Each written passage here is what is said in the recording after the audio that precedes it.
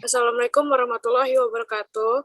Kami dari kelompok 4 mahasiswa daring ingin menjelaskan Project Management Tools dengan anggota Next Adelia Siva, Andika Ferianto, Arif Fidaldo, Dede, dan saya sendiri Riana Siva. Next. Di sini kelompok kita akan membahas yang pertama Project Management Tools. Yang kedua ini menggunakan toolsnya itu Slack dan Microsoft Teams. Yang keempat ini ada perbedaan Slack dengan Microsoft Teams. Next. Project Management Tools itu apa sih? Project Management itu adalah salah satu metode yang digunakan dalam mengelola suatu proyek agar bisa berjalan secara efisien dan efektif. Seiring dengan perkembangan teknologi yang semakin canggih, terciptalah produk yang disebut dengan Project Management Tools. Next. Selanjutnya akan dijelaskan oleh di sini saya ingin menjelaskan tentang pengertian Slack. Slack adalah alat kolaborasi tim berbasis awan yang didirikan oleh Stewart Butterfield, Eric Costello, Carl Henderson, dan Sergey Muravkov. Slack dirilis sebagai alat internal perusahaan, tinispek dalam pengembangan glitch permainan daring yang saat ini sudah tidak ada. Next.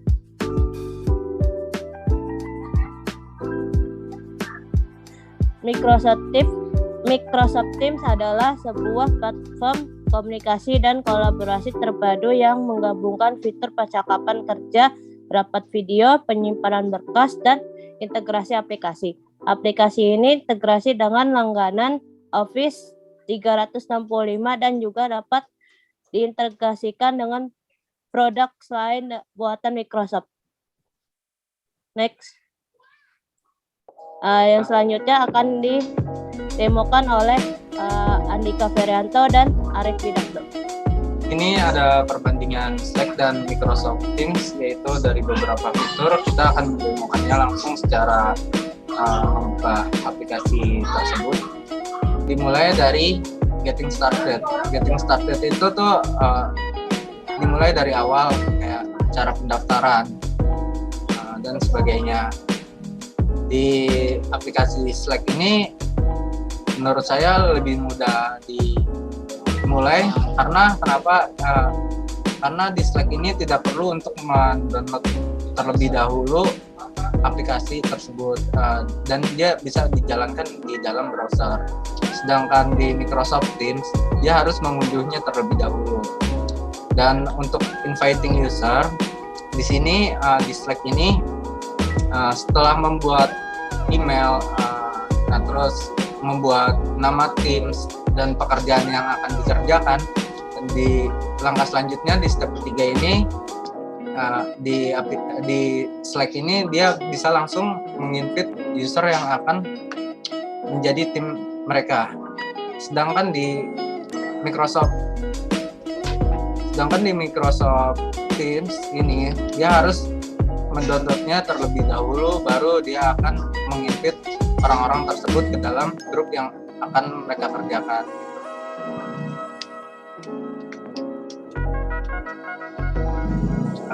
Lalu di sini ada terlihat dua aplikasi, yaitu dengan layout yang berbeda. Yang di kiri itu aplikasi Microsoft Teams dan yang di kanan ini aplikasi Slack.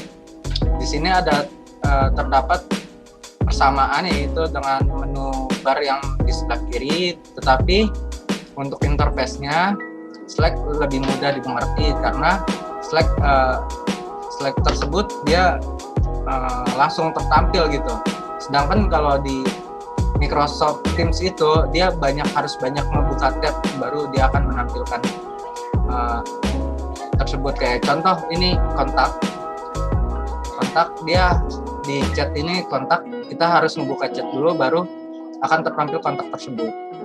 Sedangkan di Slack ini langsung tertampil di sidebar sebelah kirinya. Lalu masuk ke message. Perbedaan di sini pada message ini kita bisa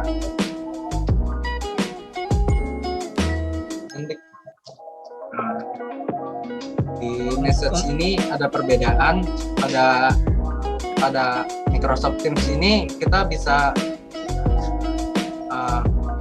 mengubah huruf seperti tebal, miring, segala macam, dan peringatan warning dan lain sebagainya.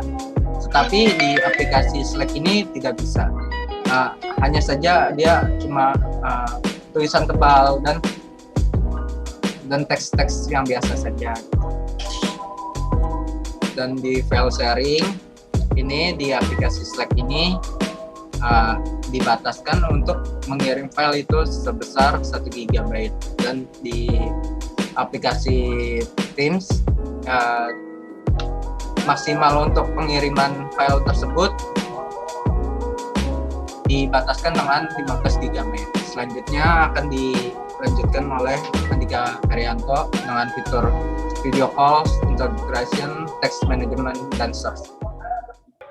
Baik, untuk aplikasi dari Microsoft Teams ini, di sini kita bisa mengakses video call baik dari individu maupun secara grouping, yang mana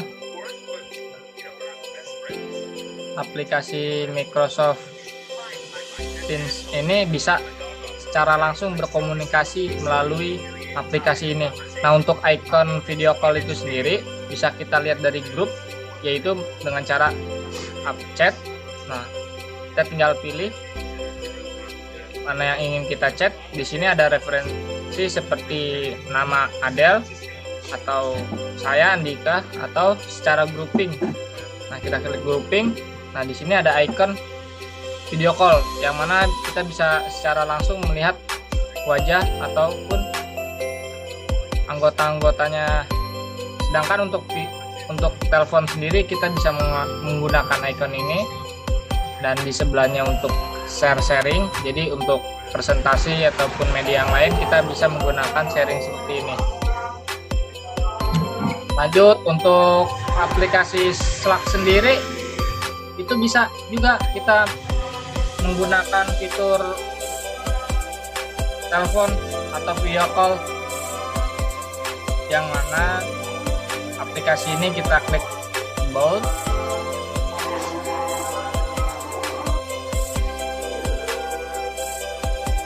kita bisa telepon secara langsung maupun secara grup. Nah, di sini untuk telepon sendiri dari Slack itu kita adanya miskomunikasi, yaitu dari aplikasi Slack ini telepon kita kayak di encrypt gitu, atau mungkin saya kurang paham kali ya menggunakan aplikasi ini. Nah, lanjut untuk integrasi yang ada pada aplikasi Slack bisa kita lihat di pojok kirinya ini ada app. Nah, untuk penambahan integrasinya itu kita bisa menambahkan secara manual sendiri, yang dimana bisa kita search. Misalnya saya ingin mencari GitHub, bisa kita ketik GitHub. Nah, nanti bisa dikonekin secara langsung secara GitHub ini. Berhubung saya sudah mengkonekkan, jadi bisa di ini. Atau mungkin aplikasi lain seperti Zoom ataupun Google Drive atau Heroku.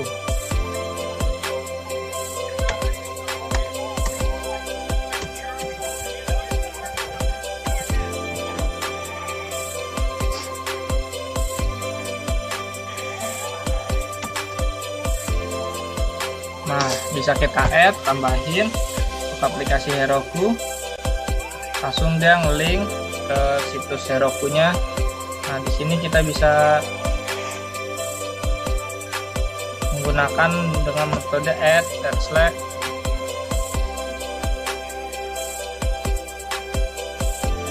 Lalu kita pilih deploy yang kita ingin.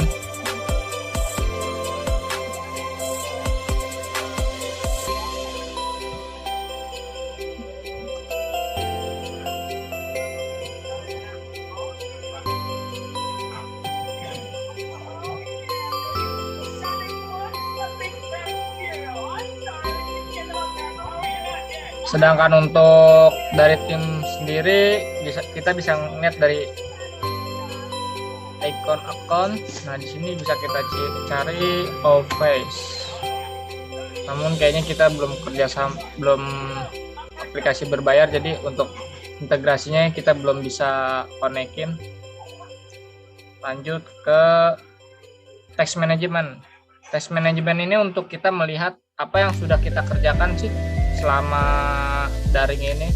Nah, kita bisa melihat dari activity apa aja yang sudah dikerjain, apa saja yang sudah diupload. Kita bisa melihat dari history activity ini. Jadi hal-hal yang mengenai pekerjaan bisa kita lihat di sini. Sedangkan untuk Slack sendiri, saya mengupload Task Management ini berupa channel, yang dimana channel itu bisa dilihat ramai-ramai dan ada pembagiannya. Jadi untuk tugas masing-masingnya bisa dilihat dari backend, hal yang kita kerjain dari backend ini apa saja. Terus untuk desain kita bisa mengupload seperti ini untuk desain-desain yang kita kerjakan. Ini contoh sebelumnya, karena kita kan sudah mengerjakan desain-desain yang ingin kita buat, desainnya berbentuk apa sih, bisa kita cari di sini. Jadi untuk gambarannya seperti itu.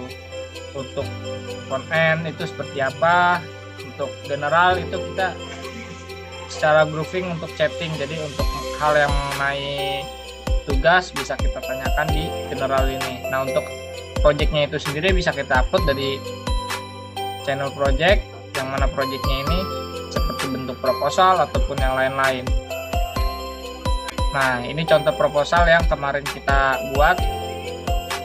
Kita merancang dari sini. Untuk evaluasi juga kita menginformasikan lewat sini. Untuk shortcode sendiri itu juga sama, shortcode kita upload melalui ini. Jadi untuk teman-teman grup juga bisa mencoba gitu. Shortcode apa sih yang sekiranya kurang ataupun ada error, kita bisa melihat dari sini dan bisa dicoba secara ramai-ramai. Lanjut ke search itu kita bisa mencari nih, search hal-hal mengenai search bisa kita cari melalui panel ini. People Adelia ataupun siapa bisa kita search. Nah, untuk dari ini sendiri saya kurang mengetahui ya aplikasi search-nya itu dari mana.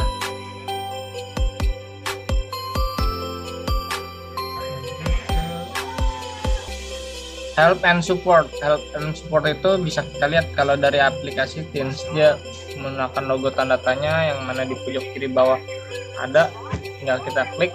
Nah, bentuk help-nya itu dia seperti bot, jadi untuk pertanyaan atau masalah yang sudah ini bisa dilihat dari sini, bisa ditanda tanyain melalui support dari aplikasi Teams sendiri.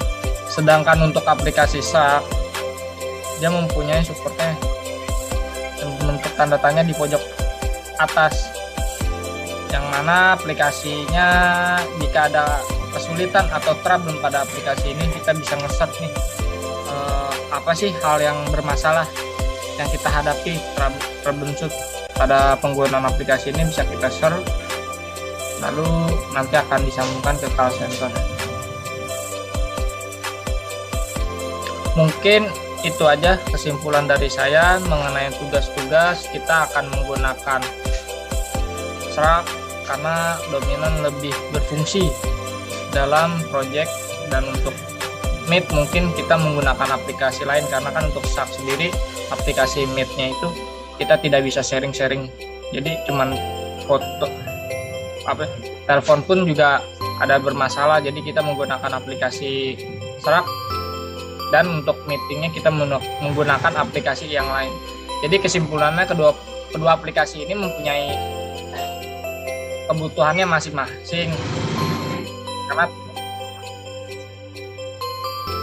Karena menginginkan banyak integrasi dari pihak ketiga, kemampuan sesuai aplikasi yang secara luas. Dari sisi lain, Microsoft Teams berfungsi sangat baik untuk perusahaan yang banyak bekerja di Office 365 dan sudah membayar layanan tersebut. Selain itu juga disimpulkan bahwa Microsoft Teams membutuhkan cukup banyak waktu untuk menyiapkan. Jadi untuk tugas ini kita menggunakan aplikasi Slack. Sekian presentasi dari saya. Bila mana ada kesalahan kata, mohon dimaafkan. Mungkin jika ada pertanyaan bisa berkomentar di channel YouTube di bawah ini.